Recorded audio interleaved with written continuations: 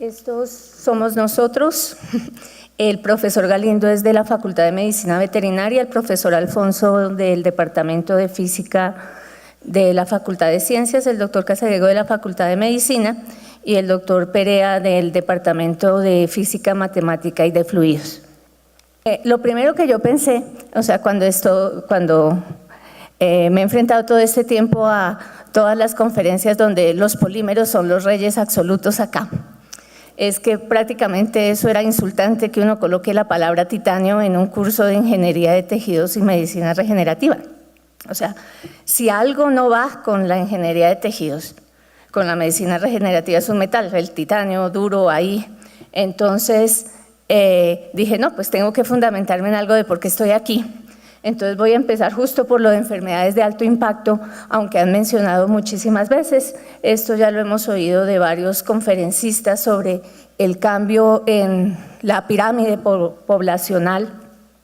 Pero si ya nos vamos a la osteoporosis, pues las estadísticas realmente son alarmantes. Como ustedes ven, las estadísticas norteamericanas confirman que es la causa más frecuente de fracturas en adultos, que se producen 300.000 fracturas de cadera en año y aparte de las fracturas, lo más complejo es que la mortalidad se incrementa, como ustedes leen ahí, 5 a 8 veces después de que un paciente tiene una fractura por osteoporosis. Es decir, generalmente pues el paciente con osteoporosis tiene otras patologías y la misma fractura, el tratamiento posterior y el reposo, pues obviamente van a causar tanto una morbilidad que muchos pacientes no recuperan pues su autonomía y quedan con cierto grado de dependencia, o las tasas de mortalidad que ustedes ven ahí. Si hablamos de las diferencias por sexos, todos conocemos, por eso las propagandas de televisión pues van enfocadas hacia la mujer que está en edad después de la menopausia, porque los riesgos se incrementan. Y si hablamos en términos de costos, pues no voy a leer las cifras porque pues ustedes las pueden leer, pero estos estudios que son tomados con base en investigadores de nuestro país nos muestran el altísimo costo económico que implica un paciente con osteoporosis, y si le sumamos a esto el costo social, el costo familiar, pues realmente es una enfermedad de alto impacto. Si sumáramos todas las pacientes, es decir, en este estudio no están incluidos los pacientes de sexo masculino, eso es lo que significa en términos de costos para nuestro país la osteoporosis. O sea, las cifras para nuestro país son realmente alarmantes, pues en un sistema de salud pues que conocemos. Vuelve y juega, entonces ya, listo, fundamento que sí es una enfermedad de alto impacto social, económico, familiar, social. Bueno. Pero aún así uno dice, bueno, y ingeniería de tejidos, ¿por qué no? Un ortopedista no siempre se enfrenta a una situación en la cual la ingeniería de tejidos y la medicina regenerativa resulte la solución. Sí, claro, pues decirles esto aquí a ustedes pues no es muy educado, pero pues con lesiones como la que ya vieron, es obvio que esa no es la única alternativa posible.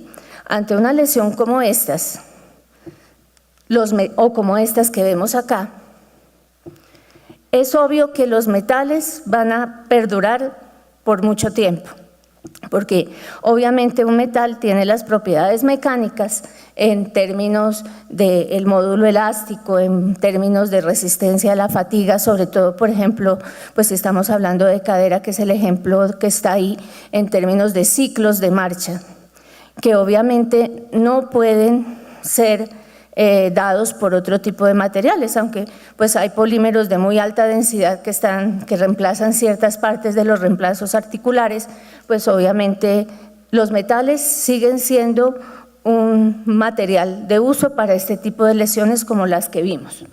Sin embargo, pues el titanio, a pesar de sus ventajas en biocompatibilidad y ventajas mecánicas, pues no es un material bioactivo, no es un material que promueva respuestas óseas específicas, no es un material que se caracterice por facilitar la osteointegración. Aquí vemos una de las fracturas que les mostré y pues la fijación que se hace. Eso obviamente no excluye las alternativas que hemos visto aquí. Cuando ayer el profesor García nos mostró los materiales que están utilizando inyectados en necrosis de cabeza femoral o en lesiones de menisco, ustedes recuerdan la charla, yo decía, hombre, ¿y por qué no están utilizando ese tipo, por ejemplo, para hacer tratamientos combinados en este tipo de fracturas? El metal, pues como les menciono, se necesita. Pero obviamente el metal solamente está haciendo un trabajo mecánico de sostenimiento. En todos estos sitios, pues obviamente lo ideal es combinar pues las alternativas que hemos visto aquí de medicina regenerativa. Eso pues obviamente sería lo ideal para el paciente. Y ya hay estudios que muestran que la combinación de los dos tipos de tratamientos resulta a la larga mucho más beneficioso para el paciente. Y obviamente en reemplazos articulares de cadera parciales o totales, aunque hay muchas piezas que obviamente no son de metal, pues por todas las complicaciones de la interacción metal-metal, de todos modos se necesita, o sea, de todos modos necesitamos este tipo de material. Pues estos son imágenes de una cirugía para reemplazo de cadera. Pues creo que después de las que hemos visto ya, pues mi objetivo sí era impresionarlos ahí con la imagen, pero creo que después de las que hemos visto hoy, pues ya no les causa impacto, pero el impacto es para que ustedes vean que a lo mejor un paciente, sobre todo el paciente con osteoporosis que va a ser sometido al reemplazo, no es el único reemplazo al que va a ser sometido en su vida.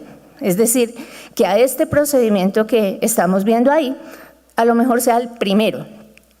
Las estadísticas muestran, mire cómo se va a incrementar los reemplazos de cadera y de rodillas. Los ortopedistas, a medida que ese cambio en edad se dé, pues cada vez van a tener más trabajo. Pero lo complicado, en lo que hay que enfocarse para que no se suceda, es que precisamente hay fallas que hacen que el paciente tenga que ser sometido a una revisión, a lo mejor quitarse todo ese reemplazo y volverse a colocar uno nuevo. Problemas de osteointegración, infección, los biofilms que vimos hoy en otra conferencia son un problema tan serio y tan difícil de atacar que es casi que es muy complicado a lo mejor para un paciente entender que por una infección se tenga que someter a la cirugía nuevamente y esa prótesis ser descartada porque no tenemos con qué luchar contra algunas bacterias organizadas. Bueno. ¿Qué empeora la situación en un paciente con osteoporosis? La empeora, obviamente, lo que todos suponemos, o sea, la microarquitectura del tejido óseo. Esa arquitectura está pues, patológicamente alterada. La estabilidad va a ser totalmente inadecuada. O sea que un paciente con osteoporosis es el que tenemos en las estadísticas de revisión por aflojamiento. Pero esto también es tremendamente complicado. Cuando uno estudia ya en medicina qué le pasa a una fractura, a una lesión, pues uno le explica histológicamente hay una serie de cambios, se da esto. Eso no se sucede en el paciente con osteoporosis. Tanto la respuesta al material es inadecuada, como la fase de reparación es desorganizada en términos de lo que conocemos como una serie de etapas que no se dan en este tipo de pacientes. Justo el grupo de pacientes que más va a necesitar ser sometidos a los procedimientos que vimos. Bueno. En este dibujito vemos lo que está pasando celularmente, muy resumidamente en el tejido osteoporótico. Consideramos dos células superficiales, los osteoblastos y los osteoclastos. Los osteoblastos como productores pues ahí de hueso que están suicidándose, están muriéndose de manera programada, están disminuyendo su actividad, están disminuyendo la formación de hueso. Y el osteoclasto, que es la célula que reabsorbe, que come el hueso, está viviendo más, es más activa y está reabsorbiendo más. El osteocito que está en la mitad, que es la célula mecanotransductora, la que detecta las cargas para que en un hueso predomine la actividad de osteoblasto o osteoclasto, también está muriendo. Esa es la causa de esa alteración en la arquitectura que lleva a las fracturas y ya mencionamos a esa regeneración inadecuada. El porqué del dibujito? Porque estas son las células de la superficie. Esas son las células que van a ver el implante. En esas células es en las que hay que pensar. Entonces, pues, la tendencia en materiales metálicos ha sido, en primer lugar, y hace muchísimos años, cambios en la rugosidad y en la porosidad para mejorar la migración de las células óseas. Y más recientemente, aunque obviamente tiene bastantes años, la introducción de grupos funcionales, de moléculas o de medicamentos con ventajas más grandes. La funcionalización que quizás todos conocemos es la funcionalización con hidroxiapatita, que tuvo unas expectativas muy grandes, se desarrollaron muchos trabajos, pero si ustedes miran artículos de unos años para acá, artículos de publicaciones relevantes, cada vez aparecen menos, porque los metaanálisis que se han hecho con pacientes que tienen reemplazos de cadera con hidroxiapatita más de 15 años muestran que en la cabeza del fémur, incluso ese tipo de recubrimiento incrementa el riesgo de necrosis, y en el acetábulo ni va ni viene, pero los costos sí se incrementan muchísimo por la modificación. Entonces estamos 15, 20 años más tarde dándonos cuenta de que ese tipo de funcionalizaciones no es tan efectiva como la creíamos. Entonces, si uno le preguntara a un ortopedista, ¿usted qué quiere para su paciente? O sea, para usted, ¿qué es lo ideal?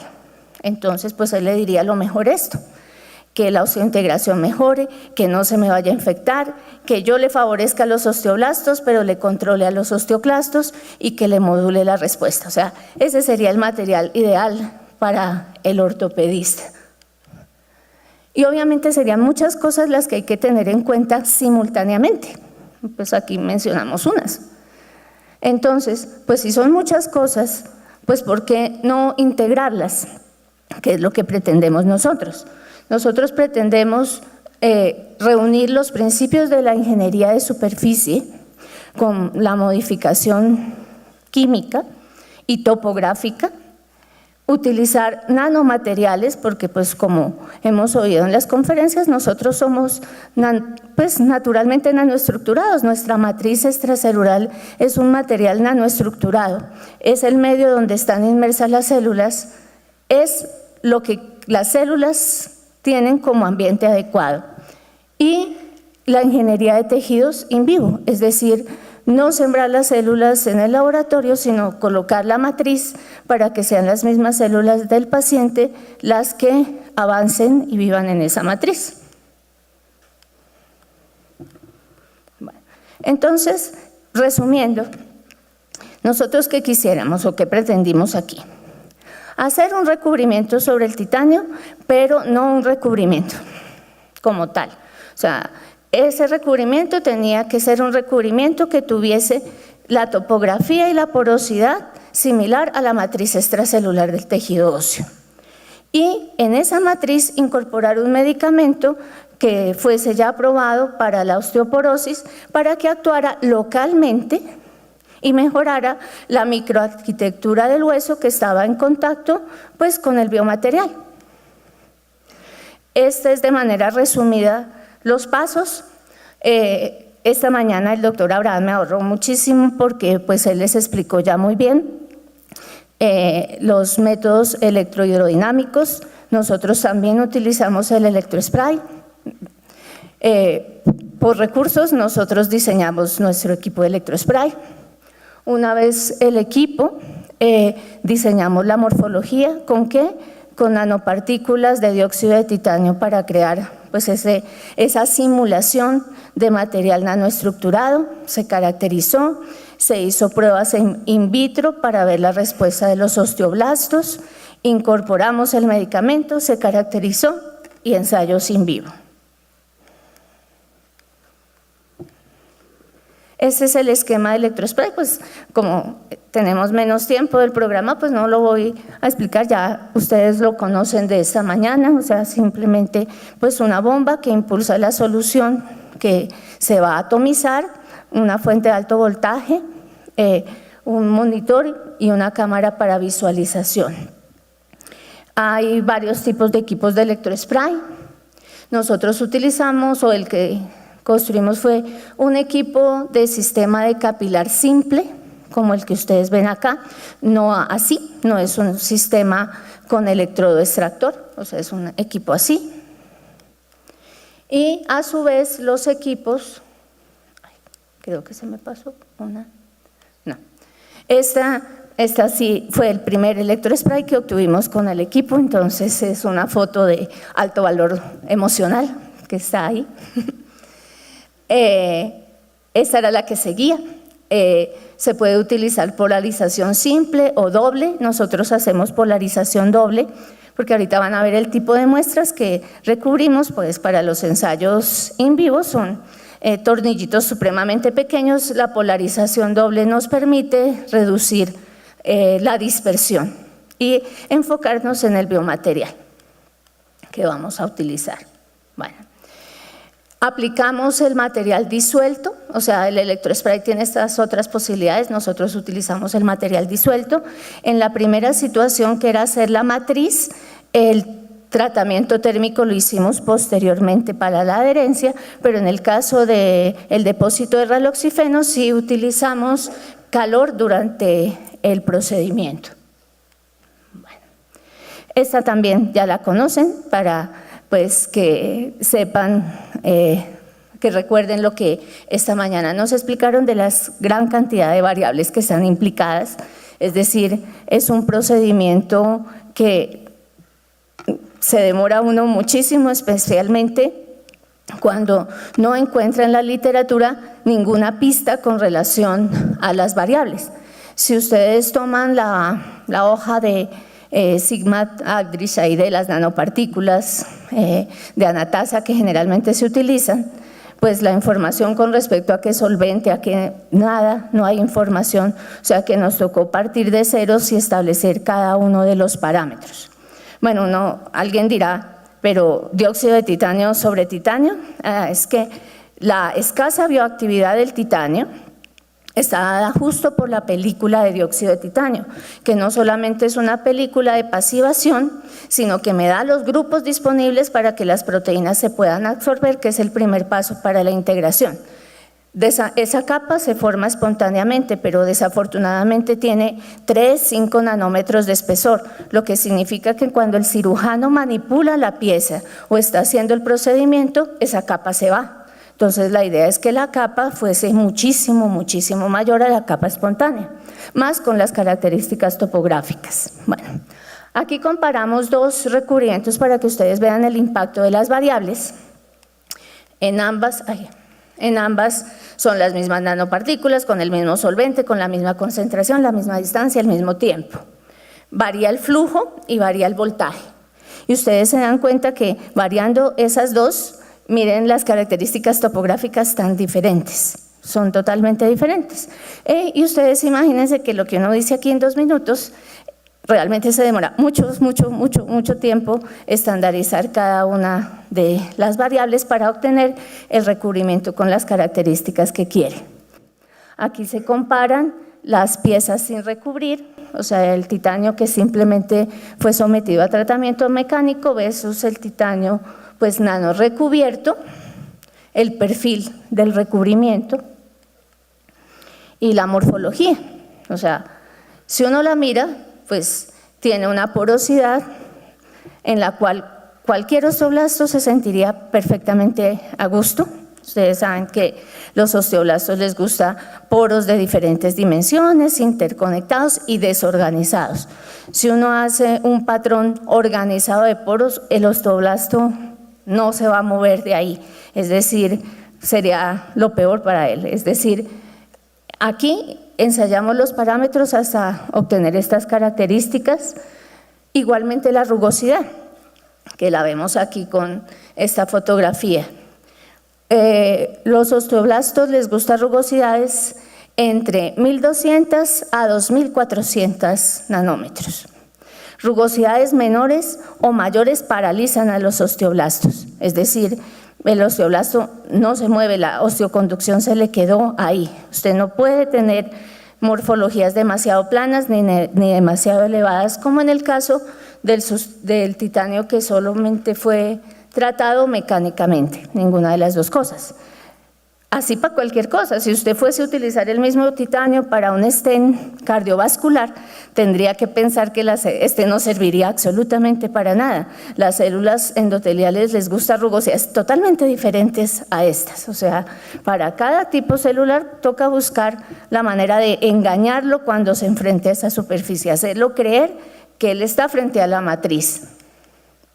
Estas son las pruebas, resultados de las pruebas de proliferación a las 24 horas. Se comparó un control, el titanio sin recubrir y el titanio nano recubierto. En las primeras 24 horas no hubo diferencias significativas, pero a las 72 horas la muerte en los otros dos sustratos fue sorprendente. Al contrario, la proliferación en el titanio que estaba nano recubierto, pues es obvio que fue significativamente importante y diferente. Las células se dejaron en cultivo, bastaron 14 días de cultivo para obtener cristales de hidroxiapatita como estos. Generalmente se tardan más de 14 días. Generalmente la mayoría de los cultivos para obtener depósitos de hidroxiapatita natural hecha por los osteoblastos generalmente son de 21 días. Pues acá tenemos pues la demostración de que lo que están viendo ustedes pues es un cristal de hidroxiapatita muy similar en su proporción a los encontrados pues en el tejido óseo maduro. El raloxifeno fue la otra, listo, ya tenemos la matriz en la que vamos a incorporar el medicamento. Si de dióxido de titanio no habíamos encontrado artículos de electrospray, de raloxifeno ni de electrospray ni de casi nada. Hay un artículo que se publicó a final del año pasado con otra metodología de raloxifeno, pues que haya sido efectivo. El solvente natural del raloxifeno es el dimetilsulfóxido, entonces uno cree, disolvemos y ponemos a electroatomizar. No, porque el dimetilsulfóxido tiene unas propiedades físicas que haría que estallara todo, o sea, no se puede utilizar, se carga. Entonces, el único solvente aceptado para el raloxifeno no se podía utilizar por electrospray. El trabajo tenaz fue encontrar el solvente o los componentes de la solución, porque finalmente no fue un solo componente, fue una solución que incluía hasta polímeros. Y esa fue la manera como después se trabajó. Una vez estabilizada el solvente y la concentración, se mantuvo fijo y se cambió el caudal, se mantuvo fijo y se cambió llegó el voltaje, se fijó el voltaje y se cambió la distancia al sustrato. Aquí vemos un espectro Raman demostrando que el recubrimiento tenía. También hicimos microscopía confocal.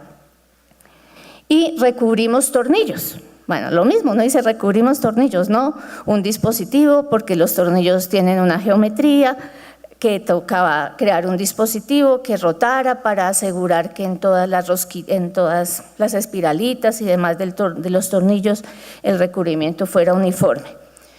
El proyecto fue aprobado por el Comité de Ética de la Facultad de Medicina Veterinaria. Este fue el tipo de procedimiento que hicimos. Utilizamos ratas Wistar. En la parte distal de cada fémur iba un tornillo sin funcionalizar. En la parte proximal, como ustedes ven, derecho raloxifeno, izquierdo solamente, pues raloxifeno me refiero a la solución completa, y en la parte izquierda, derecha, solamente con las nanopartículas. Tomamos el protocolo de la FDA del documento de discusión que salió este año, a inicio de este año, para materiales ortopédicos, en los cuales consideran 3 tipos de contacto: limitado 24 horas, prolongado 30 días, permanente 60 días, e hicimos control radiológico en los días que ustedes ven ahí. 1, 5 y 5 ratas. Los procedimientos se hicieron también en la Facultad de Medicina Veterinaria y se implantaron pues los 2 tornillos. Cualquiera dice, no, ¿por qué tan cerquita los dos? El fémur se ve más larguito. Si los separamos más, dañamos nervios importantes, y lo que queríamos asegurar era pues que la ratita pudiera caminar después de el implante. Entonces, sí nos tocó dejarlos muy cerca. Esta fue la ratica que sacrificamos a las 24 horas siguiendo el protocolo, y además porque se fracturó durante la cirugía. Las raticas que utilizamos son de 1 año y medio para asegurarnos que están en los últimos años del periodo reproductivo, semejando la situación de una mujer después de la menopausia, aunque hormonalmente la situación no es similar, pero es un modelo más benévolo con el animal que otros modelos en los que, por ejemplo, el animal se suspende y se cuelga para que no tenga carga y gradualmente hacerle la osteoporosis. Entonces preferimos utilizarlas con los cambios fisiológicos. Y les voy a mostrar pues las radiografías, obviamente solo una de cada uno de los días. Ahí les señalé con colorcitos pues el tornillo sin cambios, el tornillo solo con nanopartículas y el tornillo con la solución con raloxifeno, la densidad ósea y la densidad ósea.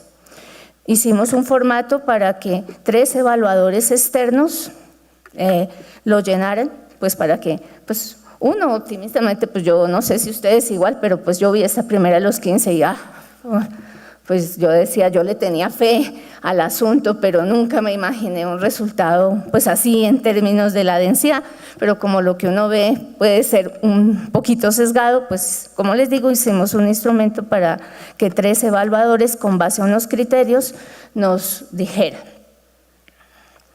Similar se ve a los 30 días y a los 60 días.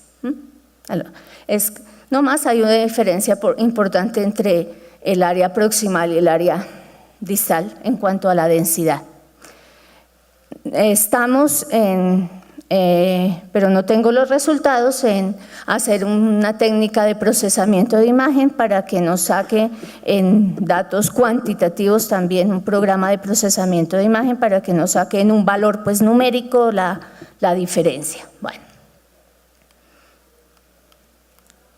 Entonces, los cambios se resumen aquí. Yo tengo dióxido de titanio que en fluidos corporales me da un gran grupo de hidroxilos, que también han oído en muchísimas charlas la importancia.